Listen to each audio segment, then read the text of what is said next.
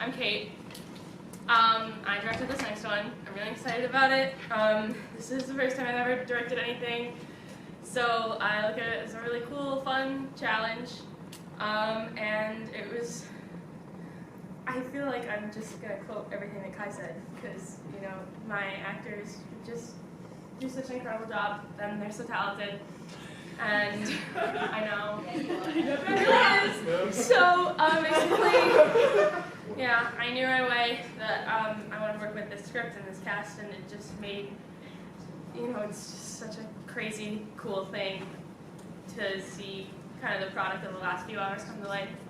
So this is the corner of West End, Maine. I hope you guys enjoy.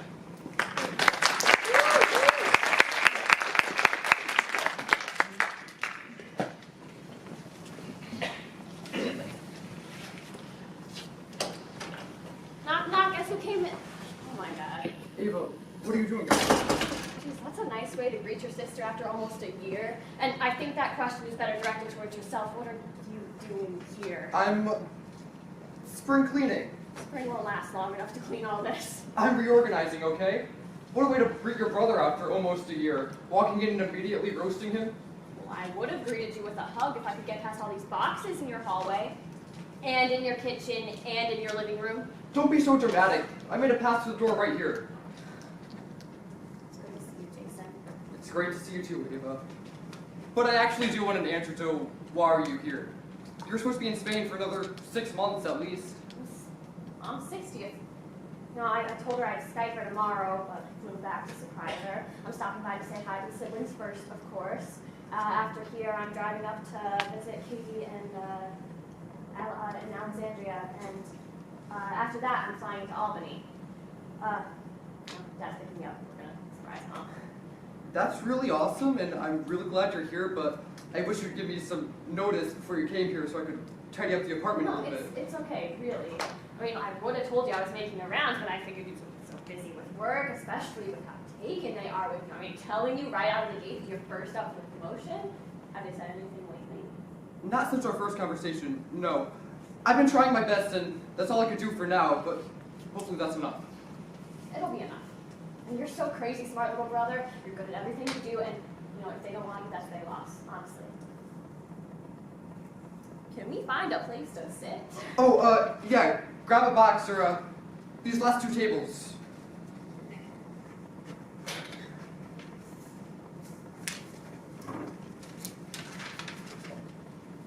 Well, kind of figured you'd be living it up once you got salaried, but I guess it makes sense to stay smaller for a little while. You're saving up then? Yeah, How are your finances? How much do you have in savings right now? that's really personal. Sorry. Trying my hardest not to become like Mom, but, anyways. Where's all your furniture? Well, I ordered some new furniture and gave my old couches and stuff to some friends who were moving, but the new stuff is late, of course, so I'm left with nothing. You gave away all your old furniture before you got the new furniture? Well, it was supposed to come in last week, but they processed my order wrong or something. It was either me without furniture for a while or my friends. So I figured I'd move it all out now and use the extra space to really organize everything. Do you want some help? No, it's okay. It would take your whole visit just for me to explain the organization system I want, and we'd have no time to catch up. Okay, fine. So, let's catch up. So how was Spain? Different. Stressful lately. I was expecting my Spanish to improve when I moved there, but I may have screwed up by living with an English boyfriend in a touristy area. I didn't have to use Spanish often enough, and I didn't get to practice. We moved away from the city over the summer, and now neither of us can communicate with any of our neighbors. Whoops! But he's helping run a little ice cream shop, I think I mentioned, and he'll probably have to pick something else up during the winter, because business will be slow, but oh my gosh, you should have seen the daily rush of little Spanish kids running in to grab a cone. Mama, yo quiero chocolate! I'm still working at the same place in the city, so it's a little bit of a drive for me, but living away from the hubbub is worth it. That girl in the office that I told you about, the one whose guts I hated, she and I are like best friends now, so that's awesome. I'm in a choir now, if you can believe that. I only sing in Spanish, so it's mostly just me memorizing the syllables and making it as best I can. So that's fun. What about you? I'm just keeping busy, nothing interesting, just work. I hope cybersecurity isn't too boring. I mean, you gotta have a job you like, and it doesn't pay what you like. I've been told, it's fine, I don't hate it, so that's good for now. I can always look for something else if I'd feel like I'd like that better. You like your boss? He's fine. Coworkers? They're fine, it's just work, you know? It is what it is, and not much else to it. Don't overwhelm me with the details now. Sorry.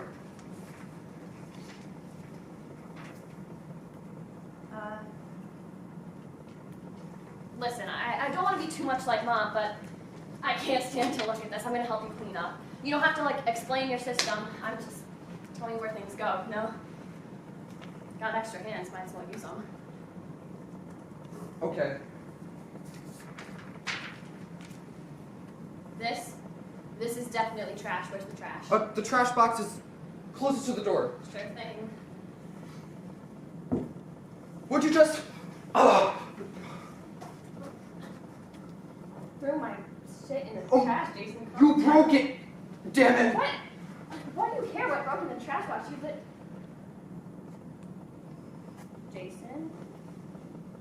Why are you throwing this away? Mom made this. She gave it to you as a Christmas gift. And your Xbox is in here too? My bad. That isn't the trash box. Well, I wouldn't think so. Which one is? I guess I haven't made one yet. I'll get it back. Hell of a mistake to make. What would you have done if I hadn't seen anything? Just thrown it away without looking? Jeez. Look, I know I said you didn't have to tell me, but could you tell me what the organization system here is? This has your Xbox and all its games and all your school textbooks. It can't be a box for your entertainment, and it can't be a box for your schoolwork. I do have a system, but it's complicated. I don't want to have to explain, okay? There's a bag hanging off the kitchen doorknob. Can you get your gum out of the box and throw it in there? Oh, you gotta get yourself together. No, don't throw that in the bag! It's trash. What the hell does it matter? Maybe What food is trash going is on one with thing, you? and bulkier trash is another, because maybe I'll donate that. Can we stop? I told you this was a bad idea. I just don't want to screw up the system that I have in my head. Let's just put this on hold. Are you selling your stuff? What? No, I told you, can we please just not talk about the organizing for...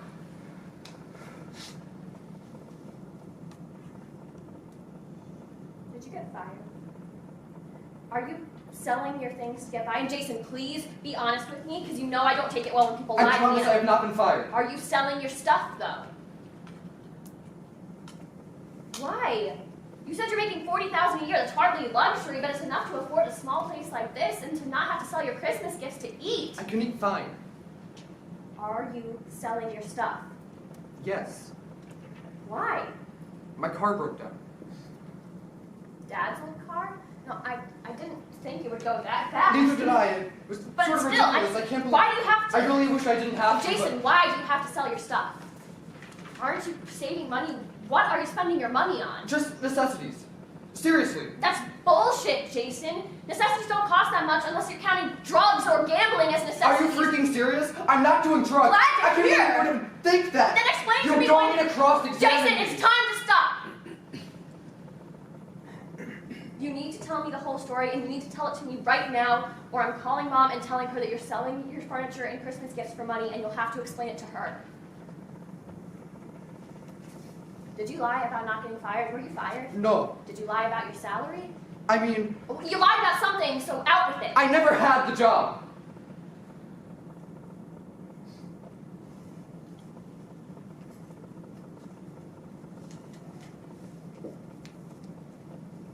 You never had a job. No. I mean, I did. I didn't have the one at Look Tech. Please don't tell Mom. Where the hell are you working then? And don't give me crap. I'll literally call them on Monday and ask Fuel and to Good.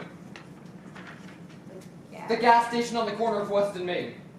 Jason. Don't say anything to me. Don't fucking say anything to me. Or to Mom. Just go, please. Jason, you do not have to be ashamed. Oh, yes, I absolutely A do. lot of people work I don't these need to hear your traditional stirring jobs. motivational As long as you're still speech. looking, there's I nothing asked wrong you with to leave. Jason. I'm not ashamed of you. Nobody in our family would be. But I am ashamed that you have been lying to us for 2 It years. shouldn't have been 2 years. It shouldn't have been any years. I think you're missing the point No, here. you're missing the point. Enlighten me. I can't get a job at a tech company. I can't get a good job anywhere. No one will hire me. I've been interviewing since I graduated and nobody wants me. I probably sent 1,000 resumes since I started working at Fuel And that's Good. fine, it happens, but you can't lie about You it. have no idea what telling the truth about this does to me.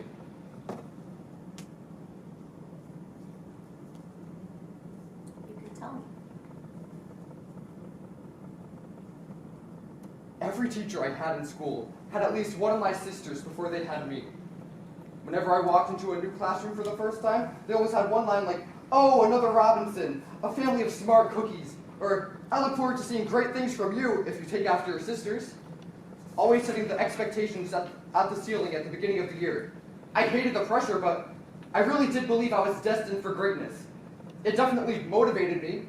The only reason I was valedictorian was because you were a salutatorian, and Steffi and Kate were top 5. I had to outdo you all, to stick it to the teachers, and to show them all I was even better than their highly absurd expectations. But I, of course, didn't realize that every time I exceeded the expectations, they got higher. I was placed in gifted education in elementary school, and Mom told all our friends and family. I skipped a grade, and Mom told all our friends and family. I scored nearly perfect on the SATs and got free rides to 3 state colleges, and Mom told all our friends and family.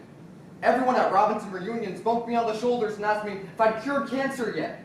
Mom's friends would ask me if I wanted to go to Harvard or Yale. Dad's friends told me I'd make 8 figures and have 10 cars and 5 houses. And I know they weren't serious, but it came from a serious place.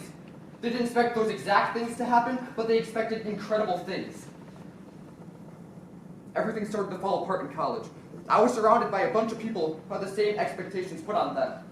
I'd always accepted that I would somehow meet those expectations, but then I realized that everyone in the room was as smart as I was, and not everyone could become multimillionaires or cure cancer. There was going to be some people who didn't make it, and I worked as hard as I could to not end up as one of them. But I worked myself to death. Maybe it was because none of you went to Central State. The professor didn't know my last name, so I didn't have the motivation to outdo you.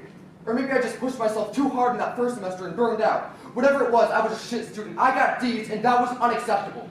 How could I be getting D's? I'm smart, and smart people don't get D's.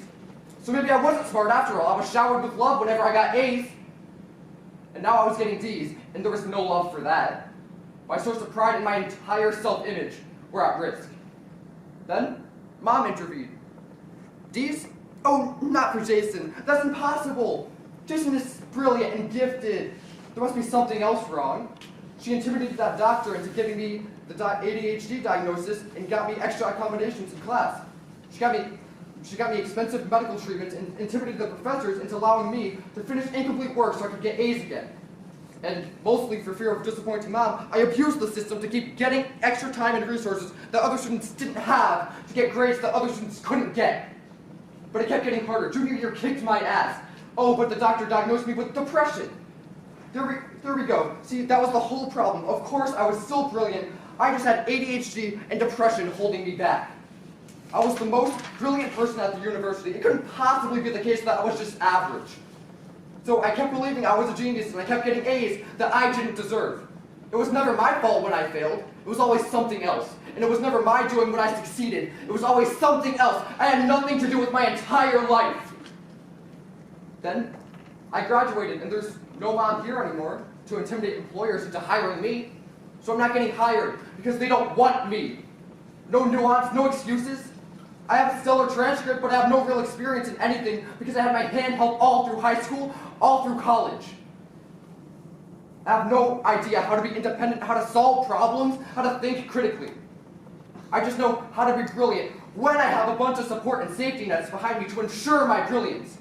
And I've realized lately that I'm nothing without Mom and her purchasing of expensive equipment outside help.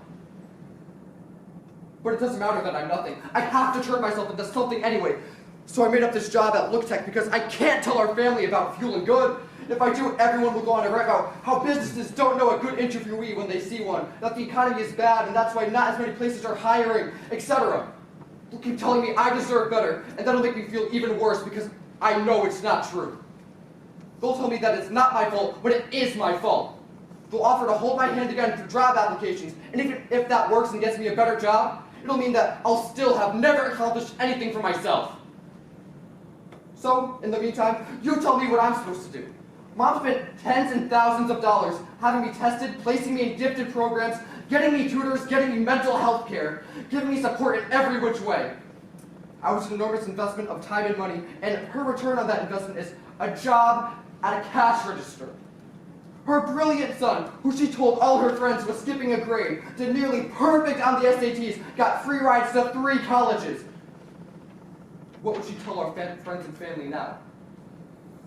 How does she tell everyone that gifted ed Jason, valedictorian Jason, future cancer-curing billionaire Jason is working at the gas station at the corner of West and Main?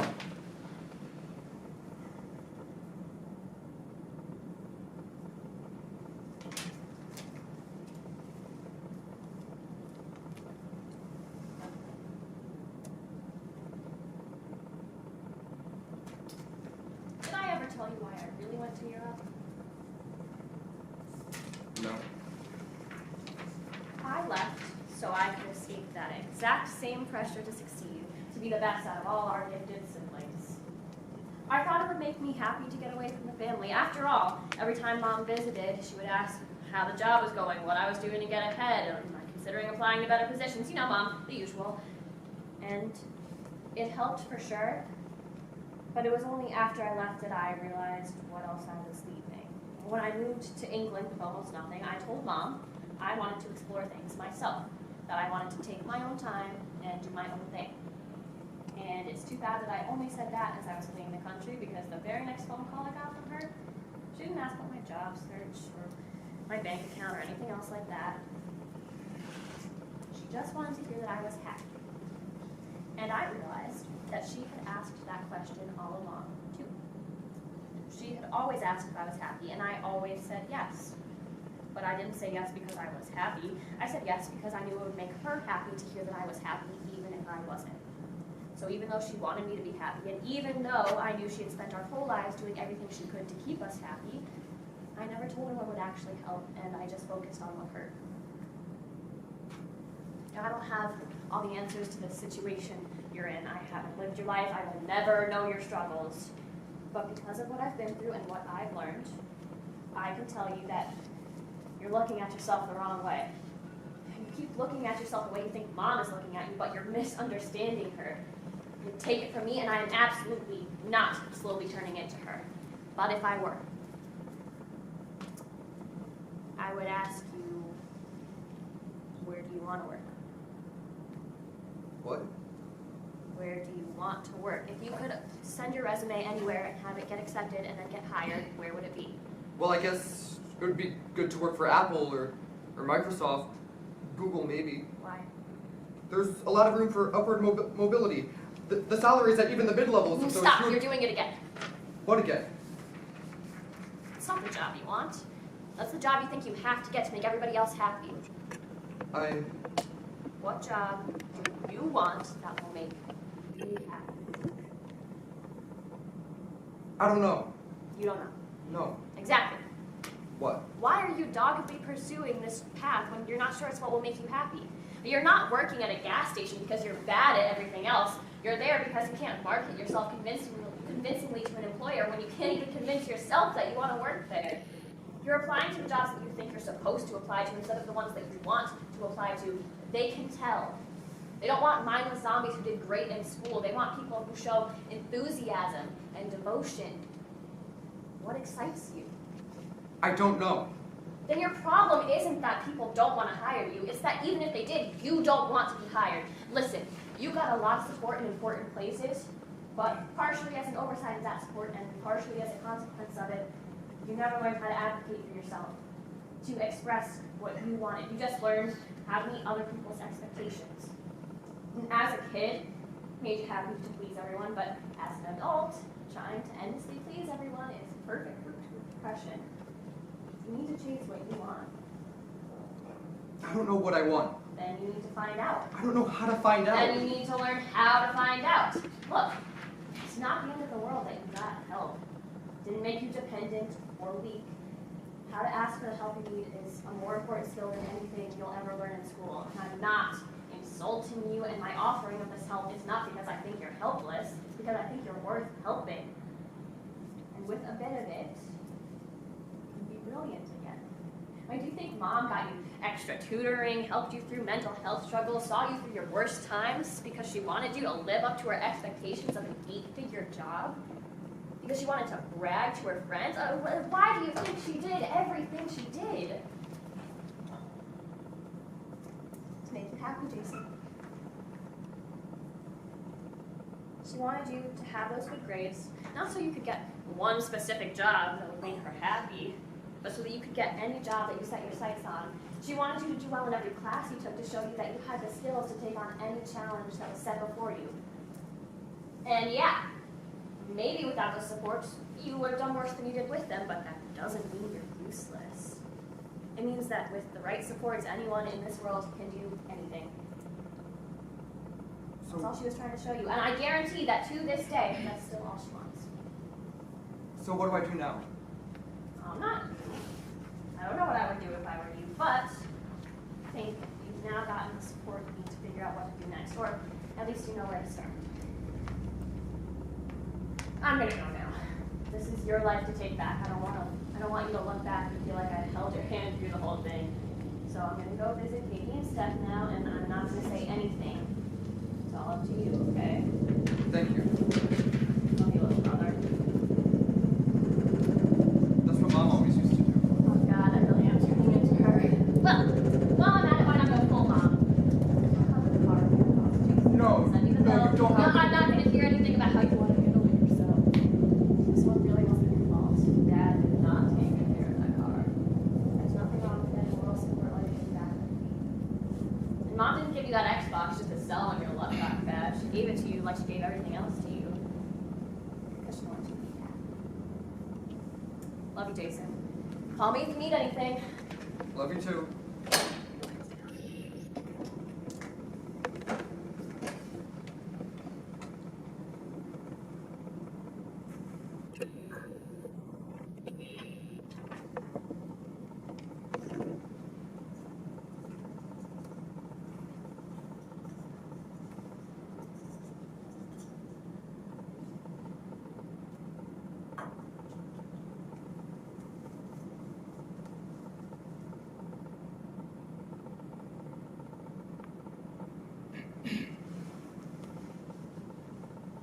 Hi, Mom?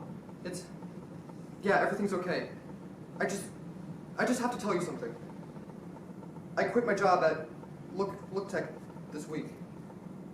Yes, I did. And I started to work at a local gas station while I sort things out. I just wasn't happy there. Yeah, I'm proud of myself too.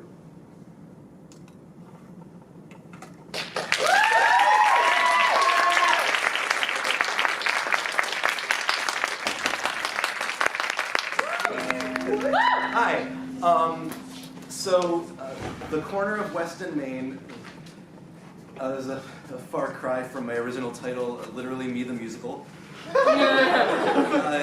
As always, theater is exaggeration. I haven't really been selling my stuff, but I had a lot of the same difficulties as the character of Jason that I wrote, to the point where I started not paying my credit card bill in full because I was asking my parents for money, and I hated it so much that I would rather risk ruining my credit score than keep asking my parents.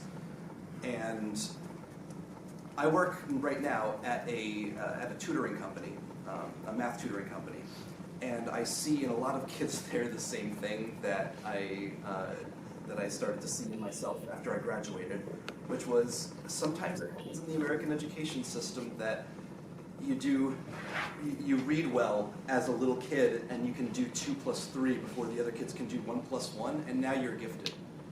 You're gifted, and you have to be gifted for life. Everything you have to do, everything you do has to be incredible, has to be brilliant. And I really started to feel that when I graduated. I couldn't really find a job, and I was working part-time. I was substitute teaching and working part-time at the math tutoring company. And it really got to me. I started to feel really down on myself because I was told all through middle middle school and high school that I was gifted, and when I almost failed math in 8th grade, I was told it was because I had ADD, and it wasn't my fault. See, there was something else in there, and I felt this immense pressure to succeed, and when I couldn't succeed in the workforce the way I had succeeded in school, it started to really eat at me. And writing this was kind of my catharsis. Once I realized that I didn't want to work at a job that I didn't want to work at, who knew, I really put my heart and soul into the tutoring company that I work at, and they noticed my effort, and they elevated me to an assistant director, and recently they promoted me to a full center director. Woo! And it's not because I could do 2 + 3 before the other kids could do 1 + 1. It's because I really cared about what I did. I want to see every student who comes to me succeed in as much as I can help them succeed. So this play was really like just a combination of all the self-realizations I've had in the past year, and I hope as a graduate standing here before a bunch of undergraduates that it can help some of you guys recognize the same patterns that I fell into, because as a tutor, my job is to point out those things that people keep getting wrong, and hopefully push them in the right direction a little bit. That sounded really self-righteous, and I promise that I'm not that full of myself, but I think everyone should be that full of themselves. That's it.